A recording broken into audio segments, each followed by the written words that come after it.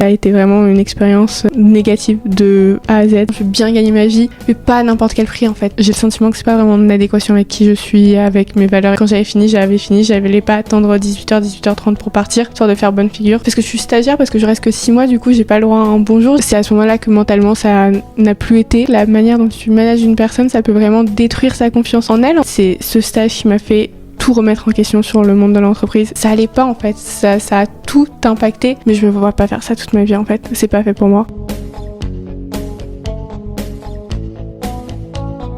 Hello, c'est Rebecca et on se retrouve sur À Cœur Ouvert pour un nouvel épisode. Mon tout premier épisode depuis que je suis à Sydney, d'où le changement de cadre, le nouveau lieu. Je sais pas comment ça va rendre, j'espère aussi que le son ça ira parce que mon appartement donne sur une rue, donc c'est relativement bruyant alors que jusqu'à maintenant j'ai toujours été dans des lieux où c'était relativement calme. Donc j'espère que ça va pas trop interférer niveau du son. Donc voilà, me revoilà après une semaine où il n'y a pas eu d'épisode parce que je me suis pas mal organisée, j'avais seulement un épisode d'avance. Mais bref, le comeback, voilà, je vais essayer de vraiment tenir mon rythme d'un épisode par semaine.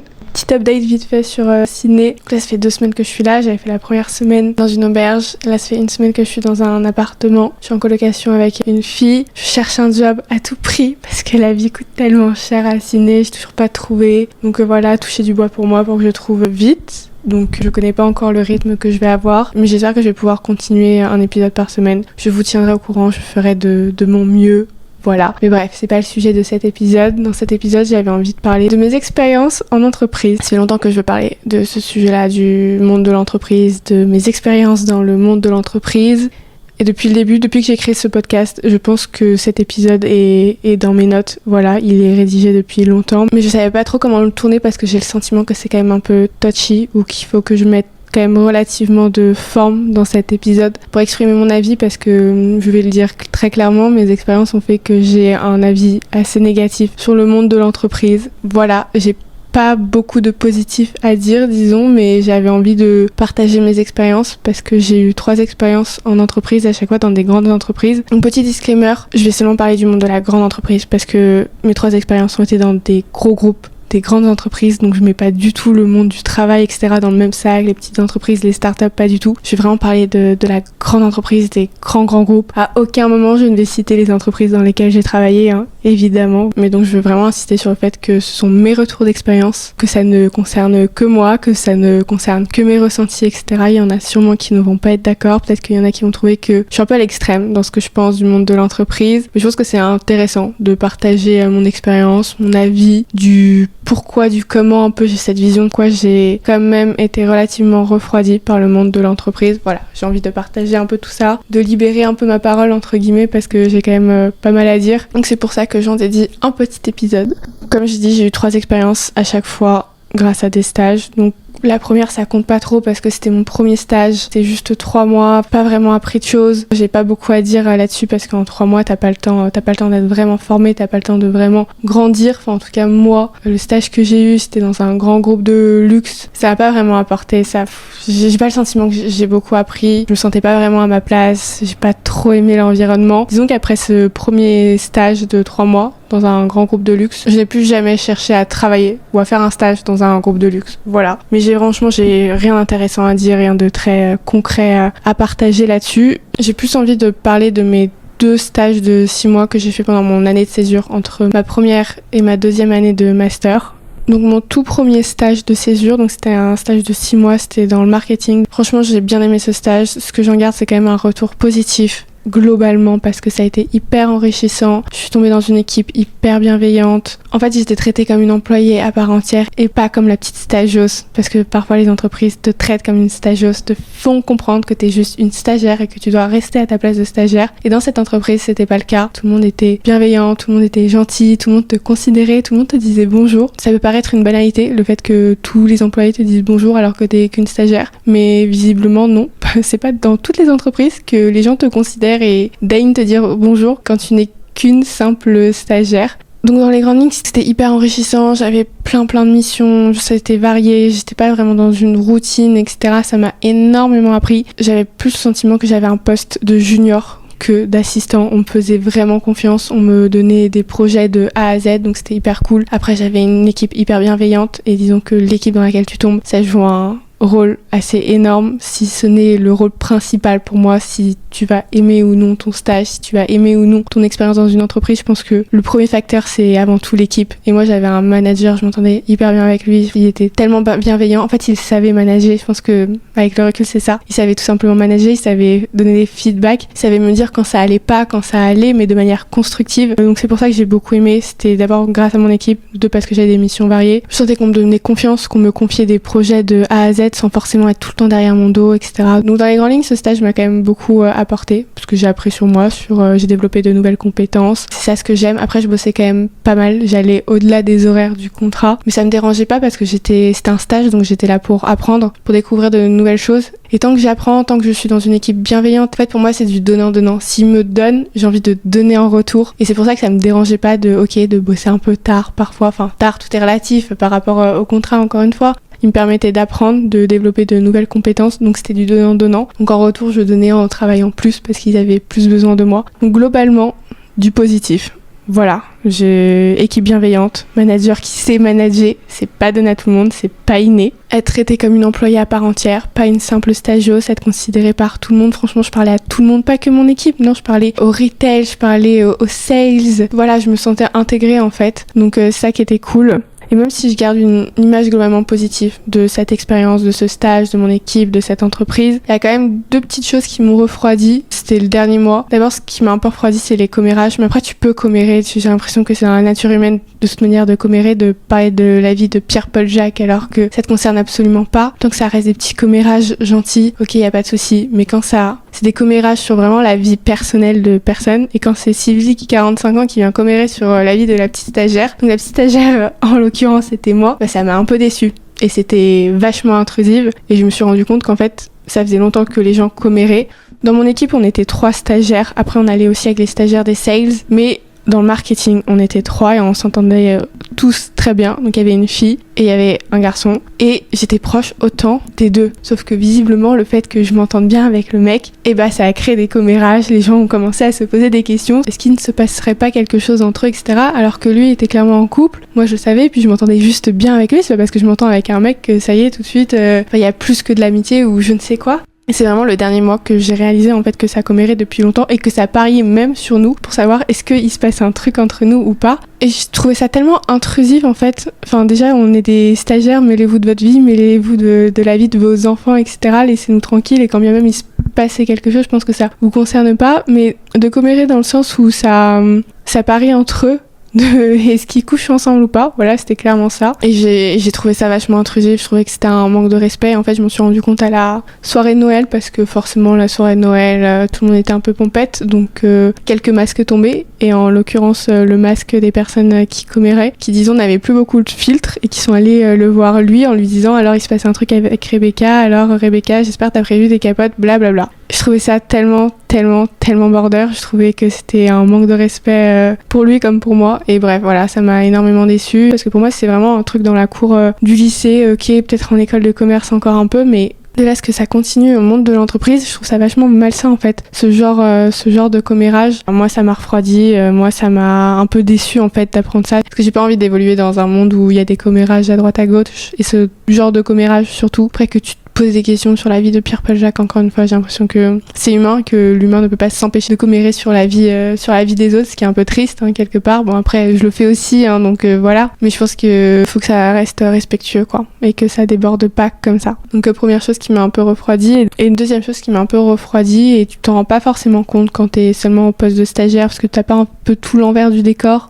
tu sais pas trop ce qui se passe de l'autre côté. Enfin, c'est ce qu'on m'a partagé. Après vous allez dire oui, mais on dit blablabla, mais j'ai quand même le sentiment que c'est un peu vrai. C'est que si tu veux évoluer, si tu veux monter en grade, en poste, et également avoir un salaire qui évolue, faut que t'ailles un peu dans le sens de tout le monde, que tu suives tout le monde, et il faut pas trop que tu donnes ton avis. Si ton avis va un peu à l'encontre de ce que les gens pensent, va un peu à l'encontre de l'entreprise, vaut mieux que tu te fasses discret là-dessus, parce que sinon tu risques de ne pas évoluer, et ce sont d'autres qui évolueront à ta place, même si t'as les compétences, mais le fait que tu t'opposes un peu, ça te bloquera. Et donc voilà, et donc ça m'a refroidi de savoir qu'il faut dire oui à tout pour pour évoluer, que t'as le droit de donner ton avis, mais à condition que ça aille dans le sens de tout le monde. Et en fait, c'est deux choses, que ce soit un monde plein de commérages, un monde de commérages pas très sain, un monde où tu dois dire oui à tout si tu veux être sûr d'évoluer, même si c'est pas forcément d'accord avec tes valeurs.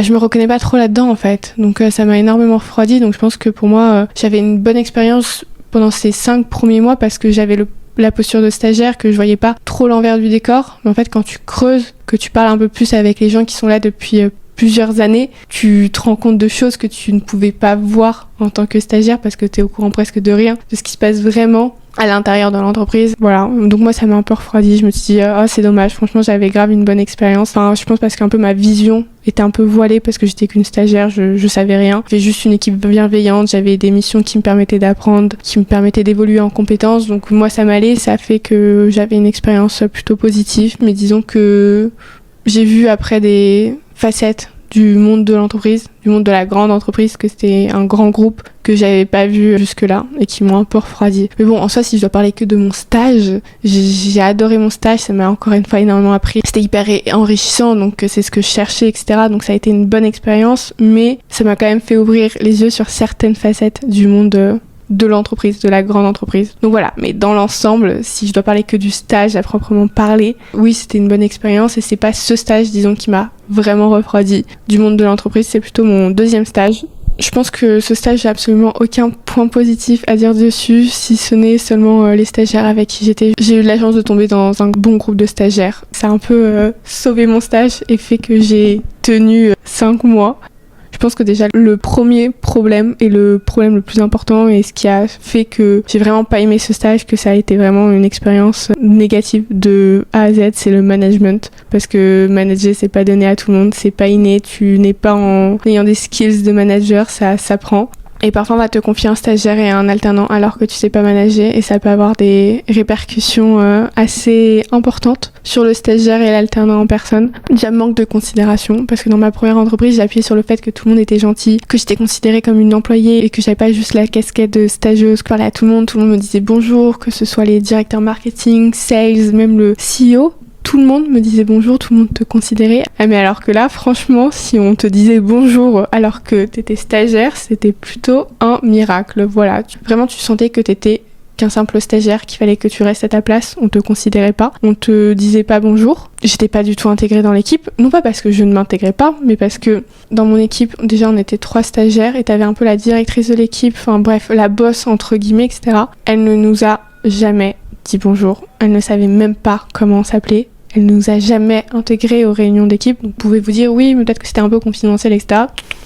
Que nenni, parce que dans les autres équipes, ils étaient intégrés. On était des stagiaires. Quand elle devait se référer à nous, on était les stagiaires. Voilà.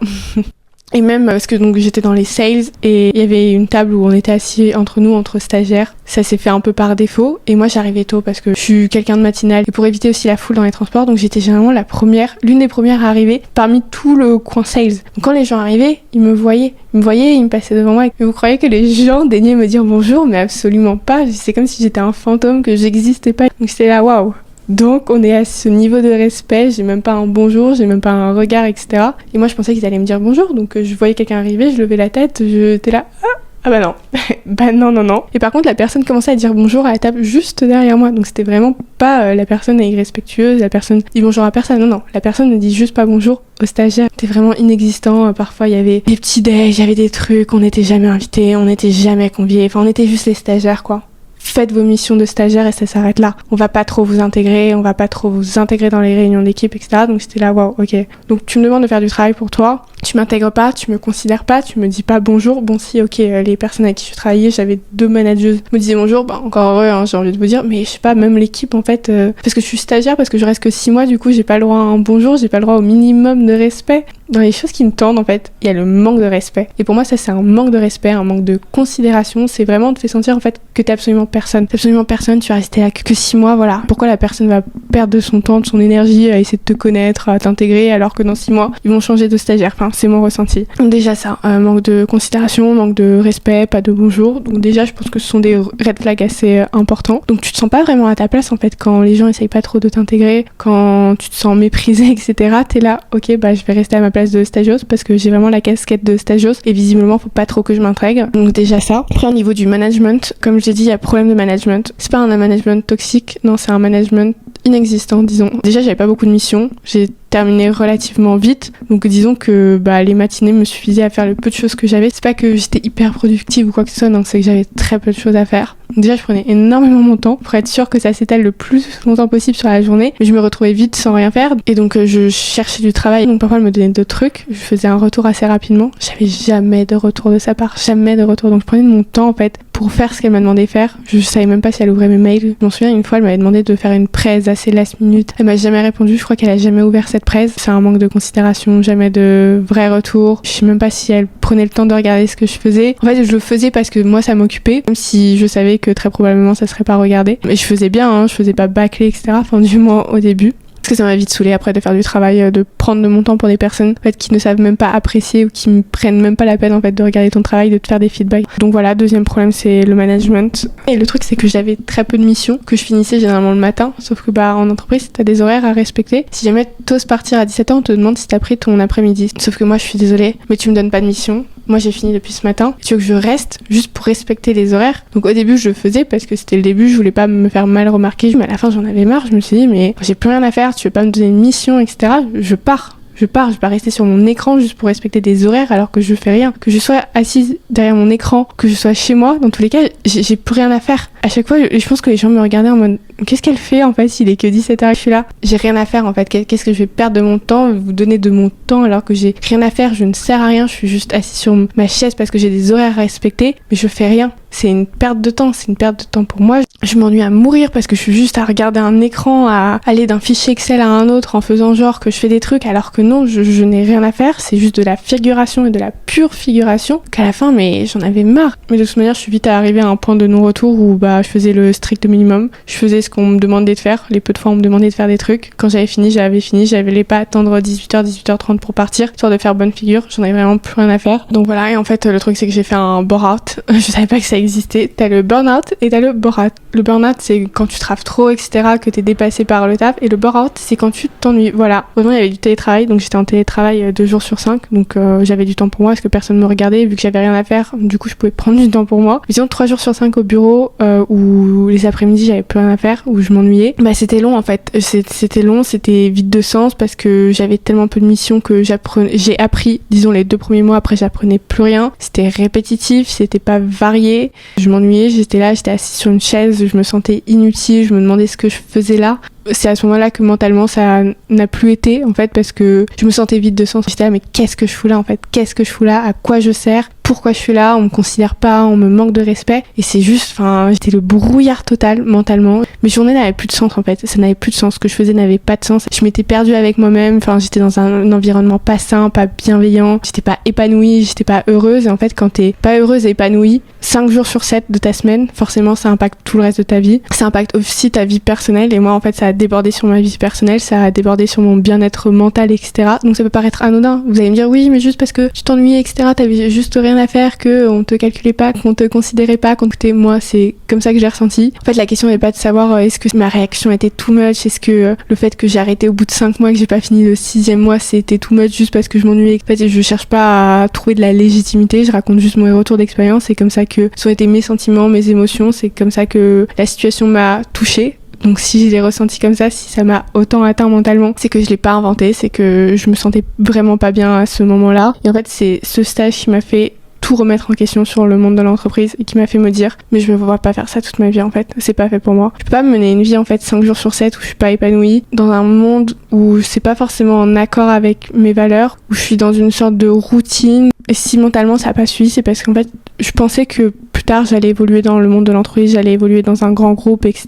Parce que j'ai fait une école de commerce, j'ai fait un parcours qui me destinait un peu à ça, à évoluer dans le monde de l'entreprise. Quand tu fais le parcours que j'ai fait, c'est un peu le chemin classique. Donc pour moi dans ma tête ça allait être ça, j'allais évoluer comme ça allait être ma direction future. Ce stage a tout fait remettre en question. Et du coup, je me suis dit, mais qu'est-ce que je vais faire de ma vie en fait? Je me vois pas évoluer là-dedans, je me vois pas évoluer dans des grands groupes comme ça, je me vois pas évoluer dans un tel monde où c'est pas en accord avec mes valeurs, c'est pas en accord avec qui je suis, c'est pas un monde où je serais épanouie. Je serais pas heureuse en fait de me lever tous les matins 5 jours sur 7. Je veux pas vivre cette vie-là, donc ça a fait tout remettre en question. J'ai eu plein de doutes qui ont émergé. En plus, du coup, ce stage a fait que ma vie était un peu vide de sens, que je me sentais inutile, je servais à rien dans ce que je faisais. Enfin bref, voilà, ça a posé plein de questions. Donc voilà, c'est ce stage qui a fait que j'ai une vision assez négative du monde de l'entreprise, du monde de la grande entreprise, du grand groupe. Encore une fois, je mets pas tout le monde dans le même sac. Moi, j'ai que connu les grands groupes, ce type de monde du travail, et en tout cas, j'ai pas envie d'y retourner. Honnêtement, j'ai pas envie d'y retourner parce que j'étais pas heureuse, j'étais pas épanouie. J'ai l'impression que j'étais perdue avec moi-même. Enfin, c'est pas une impression, c'est que j'étais perdue avec moi-même. Enfin, ça allait pas en fait mentalement, et je peux pas en fait mener une vie professionnelle où ça m'impacte autant mon bien-être mental et qui du coup a forcément des répercussions sur mon bien-être personnel. Donc ça a vraiment tout remis en question. D'un côté, je regrette pas d'avoir fait ce stage parce que ça m'a fait ouvrir les yeux sur le monde de la grande entreprise, sur le monde dans lequel je pensais évoluer. Ça m'a fait ouvrir les yeux sur la direction que je pensais emprunter, que j'étais presque certaine d'emprunter. Donc c'est pas plus mal finalement. J'ai besoin d'en passer par là, même si ça m'a affecté au-delà en fait de mon stage. C'est pas dès que j'ai arrêté, ça y est, de nouveau mentalement ça allait mieux. Non, pas du tout. Ça a eu des conséquences, disons, sur le long terme. Mais en fait, ça m'a fait ouvrir les yeux sur l'importance du management, de savoir manager. J'ai le sentiment, le ressenti qu'en fait, encore une fois, je parle que pour les grands groupes. On ne prend pas le temps de former les gens à savoir manager, et le management est tellement important parce que ça a tellement des répercussions sur la personne qui se fait manager. Si elle se fait mal manager, ça peut tellement l'impacter négativement, ça peut tellement avoir des conséquences sur elle sur le long terme. Et quand tu confies un alternant ou un stagiaire à quelqu'un, tu devrais être sûr, et ça devrait être un des rôles de l'entreprise ou des RH ou je ne sais qui, de savoir qu'ils savent manager, quoi, ou de faire un briefing management, parce qu'il y en a, ils ne savent pas manager. Il y en a, ils ne savent pas faire de feedback constructif, ils ne savent pas motiver, ils ne savent pas encourager. Et moi, j'ai de la chance, j'ai pas eu de management toxique, mais dans mes 2 stages à chaque fois, je voyais des stagiaires où franchement leur manager était toxique, quoi, c'était pas sain, et je me disais mais comment il faut en fait pour accepter de se faire manager comme ça, quand il y a un manager en fait qui ne sait que pointer du doigt le négatif, qui ne sait jamais relever aussi le positif, qui ne sait jamais t'encourager, qui ne te donne pas confiance en toi en fait, qui te demande juste de faire ci, de faire ça, il y a aucun relationnel, il y a pas de merci, il y a pas de s'il te plaît. Et à chaque fois dans les 2 stages, donc moi j'étais pas concernée, mais il y avait des stagiaires qui étaient concernés par ce type de management.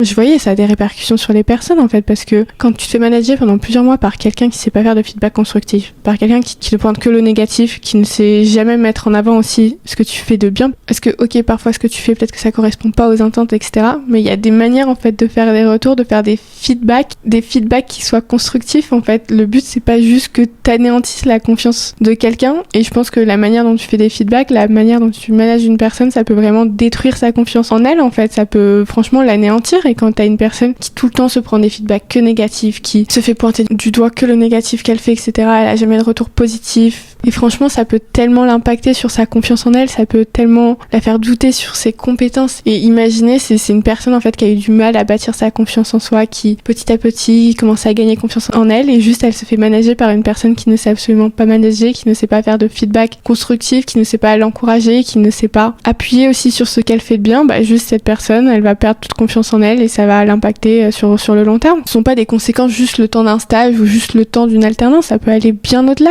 Et dans mon 2e stage, il y avait un stagiaire, sa manageuse, elle à chaque fois elle l'enterrait mais plus bas que terre, en fait c'était que le négatif, et elle lui disait Cash, je pense que t'es pas capable de faire ça. Au lieu de l'aider, de le conseiller, de lui dire tu devrais faire comme ci, comme ça, je sais que t'en es capable avec un peu de travail, etc., c'est non, je pense que t'en es pas capable, je pense que c'est pas dans tes compétences, non mais ça c'est pas bien fait, etc., c'était que du négatif tout le temps. Franchement, elle le mettait plus bas que terre, et je sais pas comment cette personne n'a pas été impactée par ce genre de management, parce que moi si je me fais manager comme ça, mais je perds toute confiance en moi, je doute de moi et de mes compétences. Donc c'est tellement important en fait de savoir manager. Enfin, ça peut aussi avoir des conséquences mentales sur la personne, et le bien-être mental c'est tellement important. Il n'y a pas que la santé physique, non, il y a le bien-être mental, c'est tout aussi important, et un mauvais management, ça a des conséquences sur le bien-être mental des personnes. Donc c'est trop important, et j'ai le sentiment que dans la grande entreprise on prend pas le temps de former les gens à savoir manager, ou de s'assurer qu'ils savent manager avant de leur confier des stagiaires et des alternants. Et je pense que c'est un problème quand même assez important, et que ça devrait être pris en considération, le management.